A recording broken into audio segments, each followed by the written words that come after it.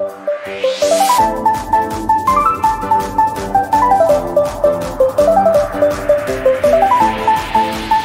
kita berdoa. Segala puji dan syukur kami naikkan kepada-Mu Bapa, oleh karena kasih setiamu, oleh karena pemeliharaan, dan oleh karena Engkau telah memilih kami Tuhan menjadi anak-anak-Mu. Pagi hari ini kami mau duduk diam mendengarkan firman-Mu. Pakai hamba-Mu. Berbicaralah ya Tuhan kepada kami lewat hamba-Mu. Penuhi kami semua dengan Roh-Mu yang kudus. Berikan kami hikmat dan pengertian sehingga firman yang kami dengar memberikan hikmat, kekuatan untuk kami boleh menjalani hari-hari kami dan melayani Engkau. Terima kasih Bapa di surga. Berbicaralah kepada kami ya Bapa. Kami siap mendengar. Di dalam nama Tuhan Yesus kami berdoa. Haleluya. Amin. Silakan duduk. Selamat pagi. Shalom. Shalom. Puji nama Tuhan. Yang di belakang bisa kelihatan ya. Baik, hari ini khotbah saya beri judul The Chosen People, umat pilihan Allah. Salam suci. Kalau nggak bisa minta tolong dari sana ya. 1 Petrus pasal 2 ayat 9 kita baca bersama-sama. Firman Tuhan kepada kita hari ini berbicara tentang orang-orang atau umat pilihan Allah. 1 Petrus pasal 2 ayat yang ke-9. Nanti kita baca bersama-sama. 2, 3. Tetapi kamulah bangsa yang terpilih, imamat yang terrajani, bangsa yang kudus, umat kepunyaan Allah sendiri, supaya kamu memberitakan perbuatan-perbuatan yang besar dari Dia yang telah memanggil kamu keluar dari kegelapan kepada terang-Nya yang ajaib. Amin. Firman Tuhan yang jelas tegas sekali berkata, kita adalah bangsa yang terpilih, imamat yang rajani, bangsa yang kudus, umat kepunyaan Allah. Ya. Untuk apa? Supaya kamu memberitakan perbuatan-perbuatan yang besar dari Dia yang telah memanggil kamu keluar dari kegelapan kepada terang-Nya yang ajaib. Oh, puji Tuhan. Bapak Ibu yang dikasih Tuhan, mari kita coba pikirkan siapakah kita? Siapakah saudara di tengah-tengah dunia yang gelap ini? Apakah kita pernah berpikir di kegelapan dunia atau di belantara dunia ini, siapakah aku?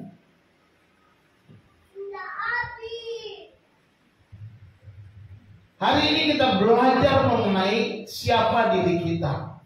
Mengapa kita ada di dalam dunia yang gelap?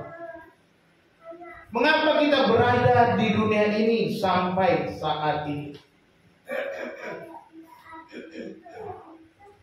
Banyak orang kehilangan identitasnya di era digital ini. Keluarga-keluarga kehilangan kehangatan rumah tangga, kehangatan keluarga. Masing-masing orang sibuk dengan gadgetnya.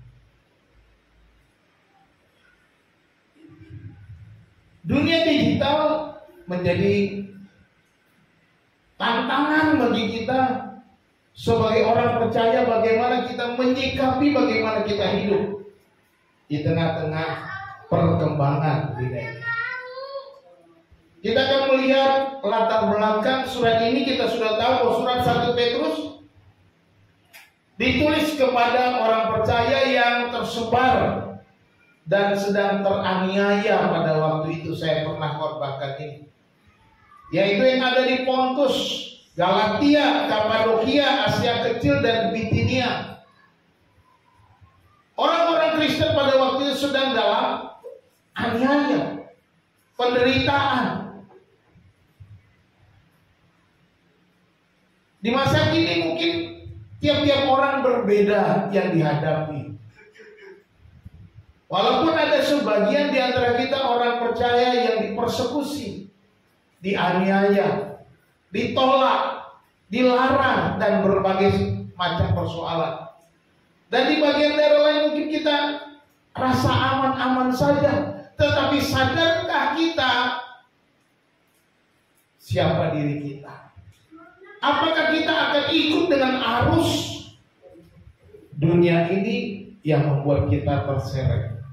Pasal 2 dari surat Petrus ini menggambarkan umat Tuhan sebagai batu karang hidup, yang dikontraskan dengan mereka yang menolak Kristus.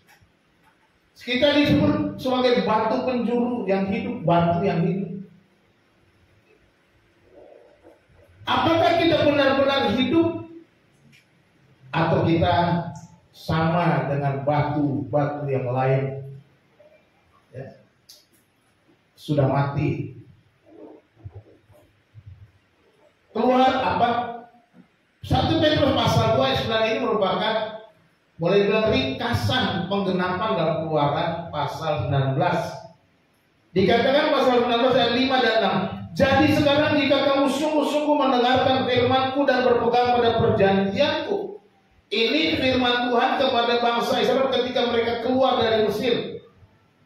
Maka kamu akan menjadi harta kesayangan-Ku, kata Tuhan. Dan dari antara segala bangsa, sebab Akulah yang empunya seluruh bumi. Kamu akan menjadi bagiku kerajaan imam dan bangsa yang kudus. Inilah semuanya firman yang harus kau katakan kepada orang Israel. Ini diperintahkan Tuhan kepada Musa. 1 Petrus pasal 2 membuka cakrawala baru bagi gereja, yang tadinya ayat ini adalah untuk bangsa Israel, untuk umat pilihan yang khusus, untuk umat pilihan Allah yang dipimpin oleh Musa keluar dari Mesir supaya mereka menjadi milik kepunyaan Allah. Sekarang dikatakan Petrus, kitalah, kamulah bangsa yang terpilih itu. Saudara dan saya, gereja adalah bangsa yang terpilih itu. Hari ini kita akan melihat status kita sebagai orang percaya di dalam dunia yang gelap. Dari ayat 1 Petrus pasal 2 kita ada 3 hal yang perlu kita perhatikan. Yang pertama, identitas kita, identitas mulia kita. Di dalam dikatakan di sana dengan jelas, tetapi kamulah bangsa yang terpilih. Tetapi kamulah. Petrus itu bicara kepada gereja-gereja yang ada di Pontus, Galatia, Kapadokia, Asia Kecil, Bitinia. Dia sedang berbicara kepada gereja-gereja yang sedang mengalami tekanan, menguatkan mereka, menghibur mereka supaya mereka sadar, kamu itu bangsa pilihan. Sekalipun kamu mengalami tekanan, mengalami kamu itu bangsa pilihan Allah. Hari ini saya mau katakan, saudara dan saya, gereja Tuhan adalah bangsa pilihan Allah. Katakan amin. Anda adalah the chosen people, umat pilihan. Ya.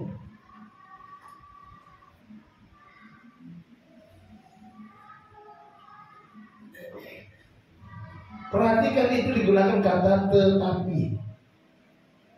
Kata tetapi ini kemudian kontras.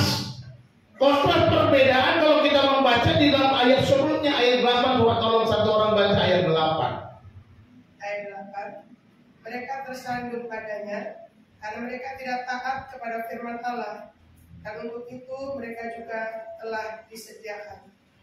Mereka tersandung, mereka yang menolak Kristus, mereka yang menolak kebaikan Allah, mereka yang menolak anugerah Allah, mereka yang menolak kebaikan Tuhan. Dikatakan ini konten, tapi kamu beda dengan orang-orang yang menolak Kristus, orang-orang yang menolak kemurahan Tuhan, orang-orang yang menolak kebaikan Tuhan. Itu kamu berbeda. Tetapi katanya, itu kata tetapi, untuk membedakan siapa kita dengan orang yang di luar Kristus itu. Dikata tetapi kamulah bangsa yang terpilih. Digunakan kata bangsa, kata genos eklekton. Genos itu bangsa, eklekton dipilih. Hal ini merujuk pada pemilihan berdaulat oleh Allah, seperti Allah memilih umat Israel. Dalam Keluaran 19 ayat 5 dan 6 tadi kita udah baca. Tadinya siapa sih bangsa Israel itu? Allah memilih satu bangsa melalui Abraham. Ketika dia memanggil Abraham, dia berbuat janji dengan Abraham, aku akan memberkati engkau, keturunanmu akan banyak seperti pasir di tepi laut, seperti bintang di langit. Allah memilih Abraham dari sekian banyak orang-orang yang ada pada zaman itu. Bapak Ibu, pernah dengar nama Ayub? Pernah baca kitab Ayub? Pernah baca kisahnya Ayub? Saudara tahu Ayub hidup kapan? Saya mau kasih tahu, Ayub dengan Abraham hidup sezaman. Biar tahu. Tetapi saya mau katakan ini kenapa? Allah kenapa nggak pilih Ayub? Ayub orang yang saleh, orang yang takut akan Tuhan. Belum ada agama-agama apapun. Ayub orang yang takut. Abraham dipilih dari bangsa yang menyembah berhala, dari Ur Kasdim, dipanggil keluar, pergi ke suatu negeri, dan Abraham taat. Dan Abraham membuat janji, Allah membuat janji dengan Abraham, bukan dengan Ayub. Mari kita bandingkan Ayub dengan Abraham. Siapa lebih baik? Ayub seharusnya lebih baik. Kenapa Allah tidak pilih Ayub saja untuk memberikan keturunannya, pilihan menjadi suatu bangsa yang besar? Tidak. Tapi Allah memilih Abraham. Akhirnya Allah memilih, ada Ishak, ada Yakub, dan Yakub dengan 12 anak itulah 12 suku Israel itu menjadi umat pilihan Allah. Dipanggil keluar ketika mereka sudah 430 tahun di Mesir. Halo, berapa tahun? 430 tahun ada di Mesir. Sejak Yusuf memanggil bapaknya Yakub dan saudara-saudara tinggal di Gosen, sampai Musa keluar lagi ke membawa memimpin bangsa Israel 430 tahun. Saya mau tanya, kalau kita janji kita 10 tahun, ingat gak 10 tahun lalu? Boro-boro ingat, Pak. Saya mau kasih tahu, inilah kemurahan Tuhan, inilah kebaikan Tuhan, inilah keajaiban Tuhan. 430 tahun bangsa Israel ada di Mesir, Tuhan tidak pernah tinggalkan, Tuhan tidak pernah ingkar janji. Dia ingat akan janjinya kepada Abraham, dan dia panggil keluar, dia bawa keluar menjadi bangsa pilihan Allah. Tapi sekarang digambarkan, kamulah itu sekarang, saudara dan saya, gerejanya, kitalah umat pilihannya, katakan amin. Kita sekarang di bawah. Ini sesuatu yang luar biasa. Allah mau mengingat saudara. Allah mau mengingat kita. Siapa kita? Nggak ada apa-apanya. Siapa kita? Oh, banyak dosanya. Siapa kita? Oh, rusak hidupnya. Tetapi Allah pilih kita. Haleluya. Ini identitas kita mulia sekali. Chosen people. Pemilihan ini adalah kasih karunia Allah. Ya, dikatakan di dalam ayat Efesus pasal 1, sebab di dalam Dia Allah telah memilih kita sebelum dunia dijadikan, supaya kita kudus dan tak bercacat di hadapan-Nya. Di dalam Kristus Allah memilih kita, telah memilih kita sebelum dunia dijadikan, supaya kita kudus dan tidak bercacat di hadapan Tuhan. Dan dalam kasih Ia telah menentukan kita dari semula oleh Yesus Kristus untuk menjadi anak-anak-Nya dengan kerelaan kehendak-Nya. Haleluya. Bukan karena terpaksa Tuhan memilih Pak Julius. Bukan karena terpaksa Tuhan memilih Pak Indra Simbolon. Jadi kalau Dia melakukannya dengan kerelaannya, dengan rancangan yang luar biasa sebelum dunia dijadikan, apakah engkau menganggap sepi kebaikan Tuhan? Apakah engkau akan mengecewakan kebaikan Tuhan? Apakah engkau akan membuat Dia menjadi sedih karena perbuatan-perbuatanmu? Engkau sudah dihargai begitu rupa, engkau sudah diangkatnya, engkau sudah dimuliakannya. Apakah kau sia-siakan hidupmu? Apa kau membuang waktumu? Apa kau membuang semua hidupmu tengah kau tidak peduli dengan Dia, sedangkan Dia begitu baik? Dengan kerelaan, bukan karena terpaksa nih gue pilih Pak Indra, enggak. Tapi karena Dia penuh belas kasihan, penuh kemurahan. Enggak karena kita hebat, enggak karena kita ganteng, tampan atau cantik, bukan itu. Bukan karena saudara orang baik. Perhatikan tadi Ayub dengan Abraham. Harusnya Tuhan pilihnya Ayub aja, orangnya saleh, tapi enggak. Garisnya berbeda.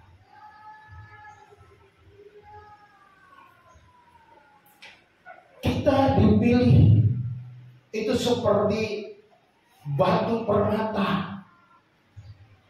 Batu permata itu atau batu berharga. Kalau saudara saya suka pakai batu akik, ya, diambil dari tanah kotor, tadinya nggak ada apa-apanya.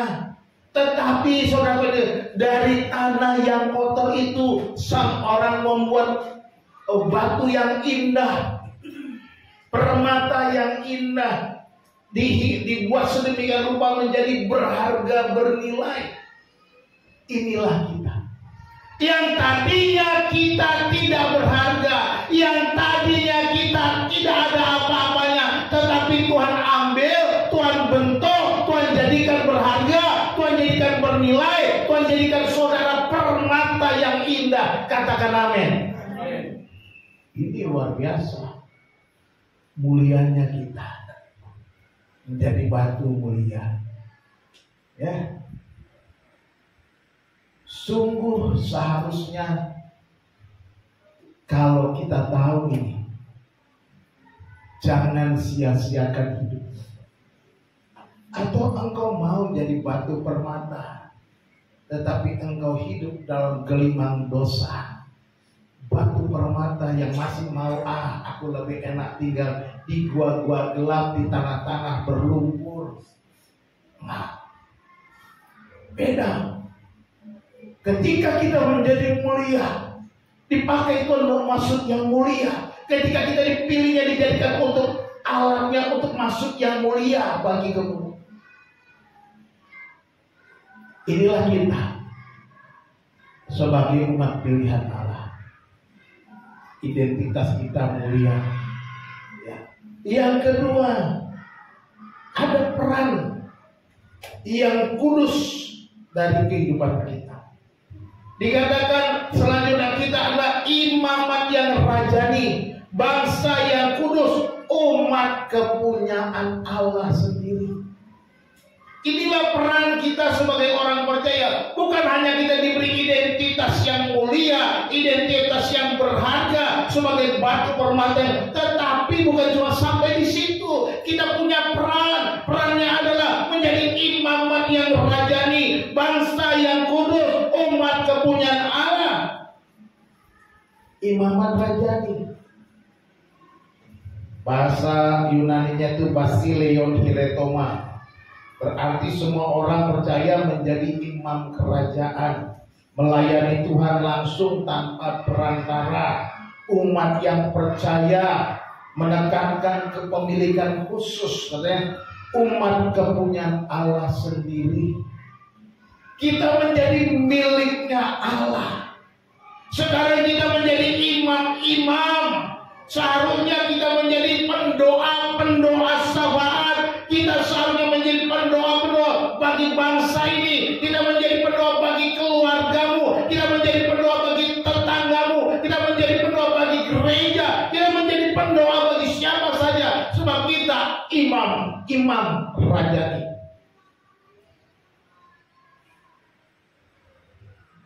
Makanya saya nggak tahu kapan saya pernah bilang, kalau saudara punya masalah, saudara bisa datang berdoa sendiri. Saudara bisa minta kepada Allah, sebab saudara imam, imamat yang rajani.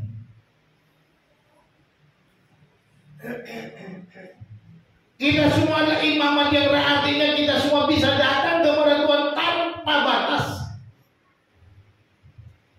Sejak kapan? Sebab sejak tabir bait Allah terbelah menjadi dua.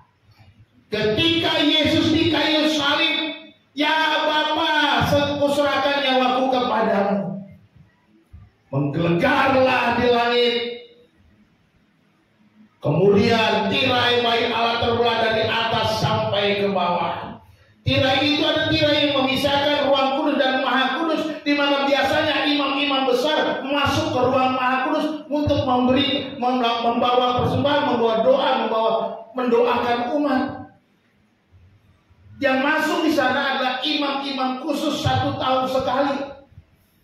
Dengan terbelahnya tabir itu artinya apa? Yesus mengatakan sekarang ini, sejak waktu ini, setiap orang yang percaya dia bisa masuk ke dalam ruang maha kudus. Dia bisa datang kepada Bapa. Dia bisa datang mempersembahkan hidupnya. Dia bisa datang sebagai seorang pendoa. Dia bisa datang sebagai imamat yang rajani. Sebab Yesus adalah imam besar kita. Ibrani pasal 4 ayat 14 sampai 16. Tolong satu orang baca lagi. Ibrani pasal 4 ayat 14 dan 16. Tolong dibaca.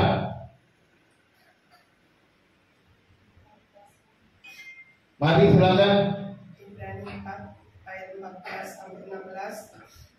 Karena kita sekarang mempunyai imam besar agung yang telah melintasi semua langit, yaitu Yesus anak Allah. Baiklah kita teguh berpegang pada pengakuan iman kita, sebab imam besar yang kita punya bukanlah imam besar yang tidak dapat turut merasakan kelemahan-kelemahan kita. Amin. Sebaliknya, sama dengan kita, ia telah dicobai, hanya tidak berbuat dosa.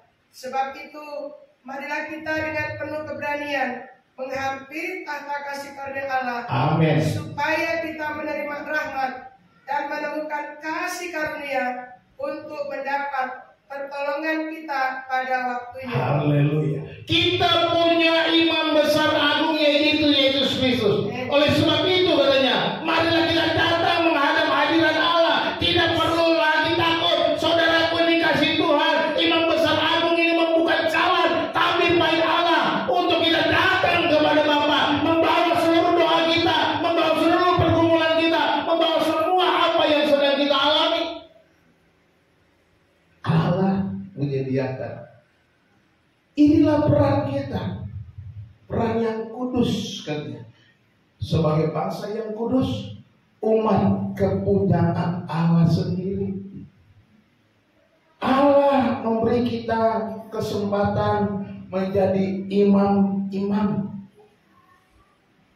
Dengan demikian kita dikatakan dalam 1 Petrus pasal 2 ayat 5, Dan biarlah kamu juga dipergunakan sebagai batu hidup untuk pembangunan suatu rumah rohani, bagi suatu imamat yang kudus, untuk mempersembahkan persembahan rohani, dan karena Yesus Kristus berkenan kepada Allah. Ini peran kita, menjadi imamat yang kudus, imamat yang berkenan kepada Tuhan. Kita sudah diberi status identitas yang mulia. Perannya supaya kita menjadi pendoa-pendoa. Kita menjadi imam-imam kerajaan Allah, imam-imam yang datang kepada Bapa tanpa takut dan gentar. Kita bisa datang tanpa harus takut. Pak, saya nggak berani datang kepada Tuhan. Kenapa? Saya terlalu banyak dosa. Saya terlalu banyak salah. Apa Tuhan mau dengar? Apa Tuhan berkenan? 1 Yohanes 1 ayat 9. Jika kita mengaku dosa kita, maka Ia adalah setia dan adil, sehingga Ia akan mengampuni segala dosa kita dan menyucikan kita dari segala kejahatan. Jangan takut. Kalau zaman dulu orang-orang datang kepada imam datang kepada Tuhan membawa korban sembelihan, korban penghapus salah, korban penghapus dosa dari umat, dibawa di hadapan Tuhan. Sekarang kita datang kepada Tuhan dengan pengakuan dosa, dengan kerendahan hati, dengan penyerahan, dengan ketundukan, tanpa ada harus bawa domba. Jadi kita tidak lagi perlu bawa sembelih domba. Makanya kita tidak ada ibadah penyembelihan domba seperti tetangga kita. Kenapa kita bisa datang? Karena Yesus sudah bayar. Dia adalah anak domba Allah yang menebus dosa dunia ini. Selesai. Dan kita dipanggil dengan peran sebagai pendoa. Setiap orang percaya itu seperti imam yang membangun jembatan doa dan membawa kemuliaan Tuhan dalam kehidupan yang biasa, kehidupan kita secara biasa. Inilah tugas kita. Mari kita membangun jembatan doa. Jangan takut, jangan malu, jangan ragu. Berdoalah.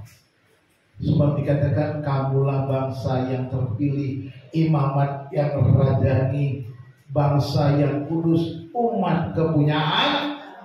Katakan amin. Aku umat kepunyaan Allah. Puji nama. Yang ketiga, selain identitas yang mulia, peran yang kudus, kita juga punya tujuan ilahi. Ada tujuan ilahi, dikatakan supaya apa? Mari kita baca sama-sama. Supaya kamu memberitakan perbuatan-perbuatan yang besar dari Dia.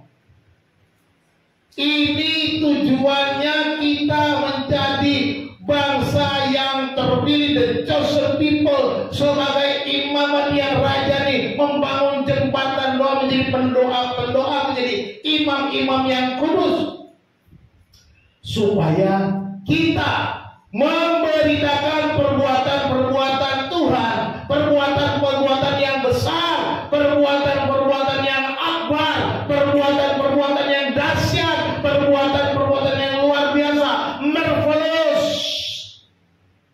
God, itu yang kita beritakan.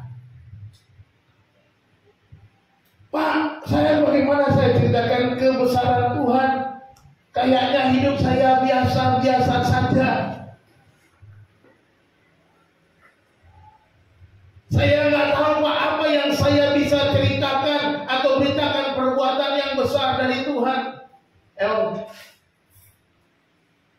Kalau kita nggak tahu, berarti saudara kita nggak peduli sama Tuhan. Kenapa saya bilang nggak peduli? Karena tiap hari Tuhan melakukan perbuatan besar dalam hidup kita. Nggak ada yang nggak pernah ngalamin. Saya yakin semua pasti ngalamin. Nggak ada yang nggak ngalamin.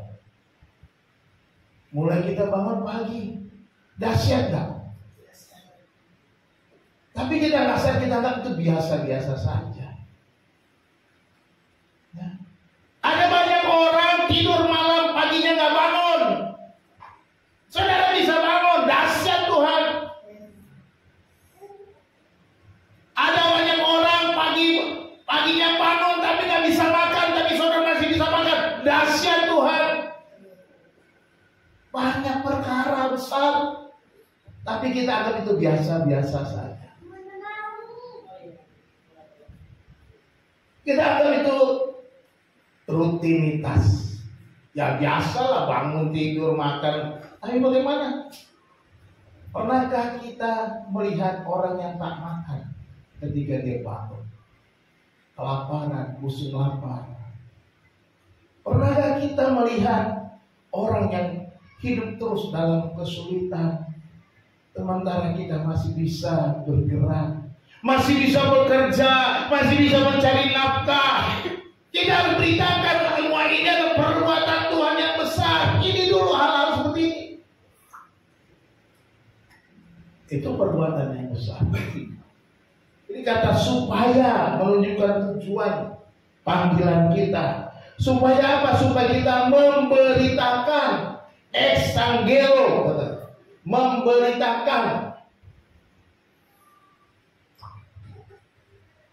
Minggu kemarin korbannya kan Matius pasal 28 ini dia. Exangelo. Kabar baik itu evangelion. Angelion itu berita. Kalau angelo itu kata kerja, memberitakan. Exangelo itu memberitakan, keluar kata ex, dikeluarkan. Kita diberi dikeluarkan dari dunia itu memberitakan untuk pergi. Ini tugas kita. Jadi sama dengan Matius 28. Jadi ini sengaja khotbah ini supaya seri lanjutan kemarin. Ya. Jadi kita dipanggil supaya kita memberitakan kebaikan Tuhan. Tuhanku dahsyat, Tuhanku ajaib, perbuatan-perbuatan besar, arvetas, sudah digunakan kata. Ini ada perbuatan yang marvelous, ajaib, dahsyat. Ini yang kita beritakan. Kayaknya biasa saja, karena kita anggap biasa-biasa saja. Saya bisa bertahan sampai saat ini marvelous, keajaiban Tuhan. Saya bisa berdiri di tempat ini karena keajaiban Tuhan, bukan karena kuat dan gagahku. Itu harus kita. Ajaib Tuhan. Kalau bukan karena Tuhan, saya sudah nggak tahu di mana, mungkin terbaring, nggak bisa berbuat apa-apa. Ini yang saya syukuri, perbuatan Tuhan. Kita harus memberitakan kebaikan Tuhan. Karena apa? Karena kita sudah dipanggil, sudah dipindahkan dari kegelapan kepada terangnya yang ajaib katanya. Ya, di dalam ayat itu dijelaskan. Sekali lagi dibaca di ayat terakhir. Yang telah memanggil kamu keluar dari kegelapan kepada terang yang ajaib. Kita sudah dipanggil dari kegelapan kepada terang yang ajaib. Petrus mengingatkan kembali ayat perjanjian lama. Nubuat tentang kedatangan Mesias, bangsa yang berjalan di dalam kegelapan telah melihat terang yang besar. Mereka yang diam di negeri kegelapan, atasnya telah berterang, telah bersinar. Ini oleh karena Mesias, oleh karena Kristus datang ke dunia ini, maka kita telah mendapatkan terang itu. Yesaya 43 dan ayat 21. Umat yang telah kubentuk bagiku, agar kemasyuratku. Ini tujuan kita, dipilihnya, dipanggilnya. Ini tujuan panggilan Allah, supaya kita memberitakan kemasyuran Tuhan, bukan memberitakan kehebatan kita, bukan menyombongkan diri kita, bukan menyatakan, weh hebat ya kamu ya, luar biasa ya hari ini. Kalau ada yang bilang begitu, saudara bilang apa? Terima kasih, puji Tuhan, itu aja. Jangan berapa, enggak, bukan saya, enggak mau, saya mau gak ada apa-apanya, enggak perlu. Ya, terima kasih, puji Tuhan, semua karena pertolongan Tuhan.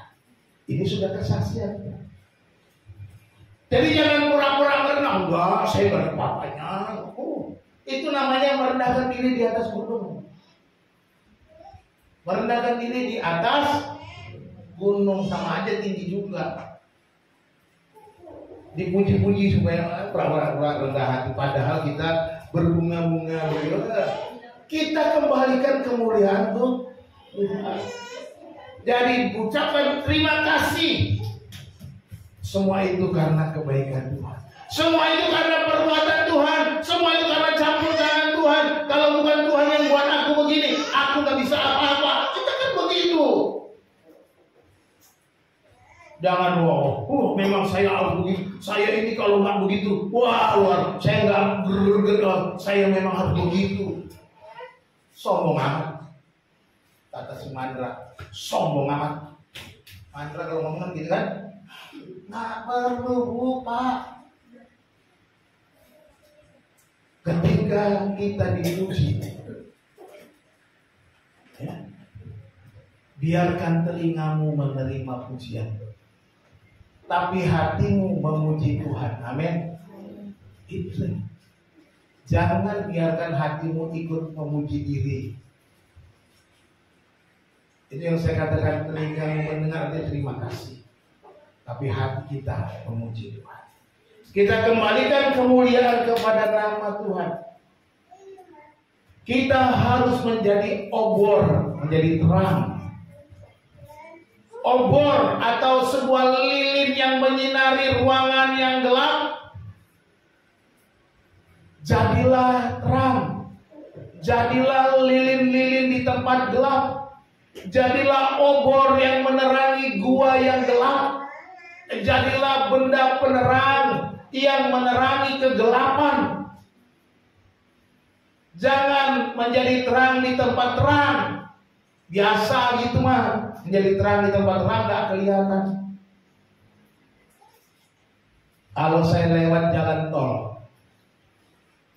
ke arah Bogor, tiap kali ke Bogor, lewat TB Simatupang, melewati terowongan yang paling panjang itu di Pasar Rebo. Ketika saya perhatikan, beda kok. Ketika lewat siang sama malam, padahal lampunya nyala sama. Tetapi kalau saya lihat lewat siang, kok lampu ini kayaknya kurang terang. Padahal lampu yang sama yang saya semuanya nyala, tapi kurang terang, kok masih lebih terang di luar sana. Sebelum masuk terowongan dan sudah keluar terowongan, coba perhatikan. Tetapi kalau malam kita masuk terowongan itu kok terang banget ya. Artinya kita harus menjadi terang di tempat gelap. Pak, nggak kuat Pak. Kalau nggak kuat, berarti saudara tidak bergantung kepada Tuhan.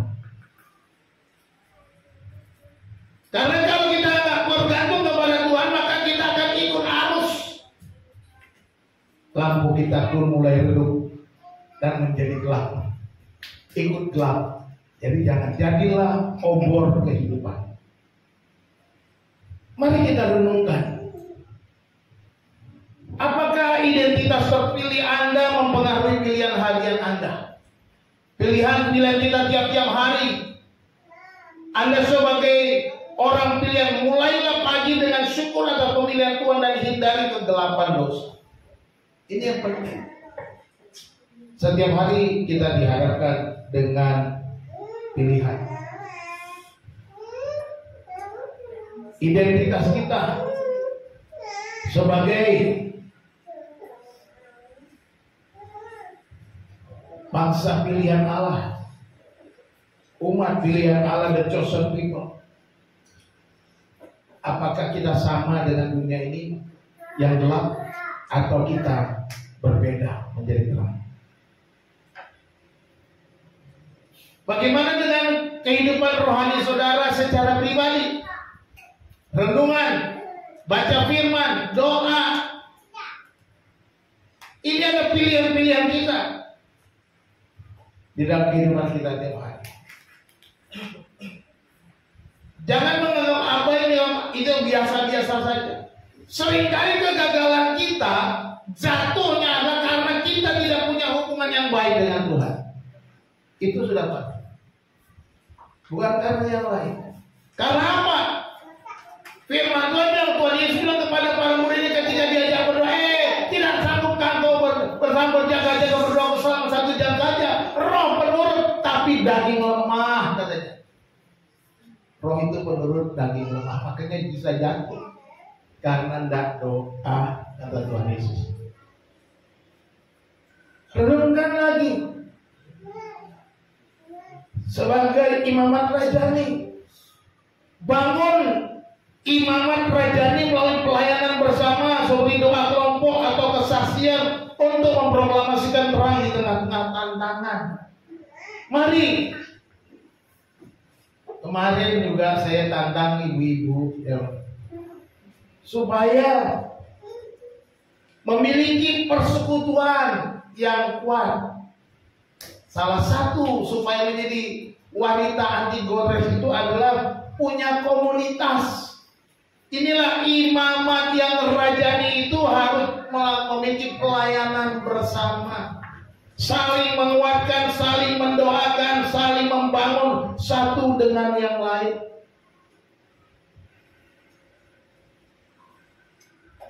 Apakah kita sudah membagikan, memberitakan kedahsyatannya Tuhan, perbuatan-perbuatan ajaib dari Tuhan? Apakah minggu ini sudah kita lakukan? Kalau belum, apakah kita sudah punya rencana minggu ini saya mau memberitakan kebaikan Tuhan? Buatlah satu komitmen. Aku akan memberitakan perbuatan-perbuatan Tuhan yang besar kepada si A, si B, si C, sebutkan namanya. Takut Pak, malu Pak. Jangan takut, jangan malu. Kita sudah belajar kemarin Matius pasal 28. Ya kan? Ini adalah otoritas Yesus, tugas Yesus, dan penyertaan Yesus ada. Ngapain mesti takut?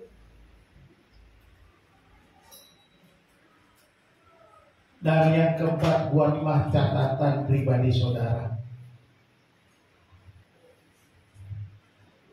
Bagaimana saudara bertransformasi dari kegelapan kepada terang? Saya mengucap syukur kepada Tuhan karena saya sudah mulai doa pagi. Catat, saya bersyukur kepada Tuhan karena saya sudah berhenti merokok. Catat, itu kemenangan. Saya bersyukur. Ini ada senyum-senyum di belakang, kayaknya masih merokok. Ada senyum-senyum dia. Waduh, saya susah itu katanya. Belum kerja, belum cari duit, merokok, ngabisin duit orang tua. Ya. Sudah kerja, cari duit, beli rokok, ngabisin rokok, padahal anaknya kagak minum susu. Repot. Makanya bayangkan, sebungkus Marlboro berapa? Aku nggak tahu. Berapa yang punya rokok? Marlboro berapa sebungkus? 40.000. Wih, mahal kali ya. Kaget aku. 40.000. Isinya berapa batang? 18. 18 batang ya? Berapa? 16. Pokoknya 40.000. Habis berapa lama itu? Satu kotak. Sehari 3 bungkus. Wah, bertobat. 120.000 sehari. Sebulan berapa, Bu? Ternyata dia orang kaya. 120.000 dimakan sendirian. Itu orang kaya, Bu. Luar biasa. Berapa sebulannya? 3 juta dihabisin sendirian buat.